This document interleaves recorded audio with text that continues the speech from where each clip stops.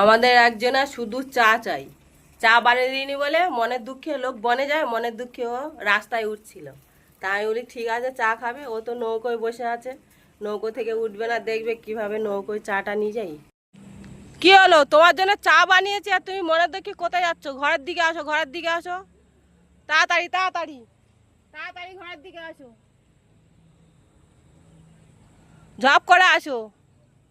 বাবা, চা বানিয়ে দিইনি বলে মনের দুঃখে রাস্তায় উঠছিল, ডেকে ডেকে চা খাওয়াচ্ছি। এখন এই চা নিয়ে এসছি, দেখছো তো, চা নিয়ে এসছি, ও নৌকোয় বসে বসে খাবে। হ্যাঁ, কত মনে রে, কি বলবো, ভিডিও বানাচ্ছিলাম বলে রাগ হয়েছে, ওই জন্য চা খাবে বলে আসছে। না, ও রাগ করতে হবে না, এ নাও চা দিলাম, আর তাহলে রাস্তায় যেতে হবে না। ধরো, দোকানে আর চা খেতে হবে না, দেখো কত সুন্দর করে চা বানিয়ে দিয়েছি, নাও চাটা দিলাম, এখন খাক। বিস্কুট লাগবে?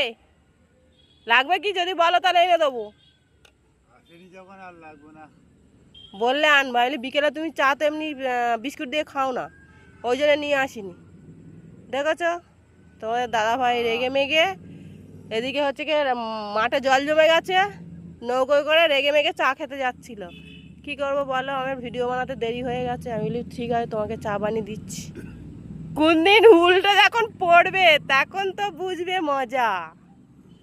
এখন বসে আছে, চেয়ার নিয়ে বসেছে, হ্যাঁ, কত মহা আনন্দে বসে আছে। ওরে বাবা, হেভি একটা জায়গা করেছে, দেখছো কত সুন্দর জায়গা করেছে। চা খাবে অথচ চা রাখবে। ও যেন হচ্ছে কি নদীতে ঘুরতে এসছে, নৌকোর মধ্যে চা নিয়ে বসে বসে খাচ্ছে, কত আরামসে চা খাচ্ছে, আরামসে চা।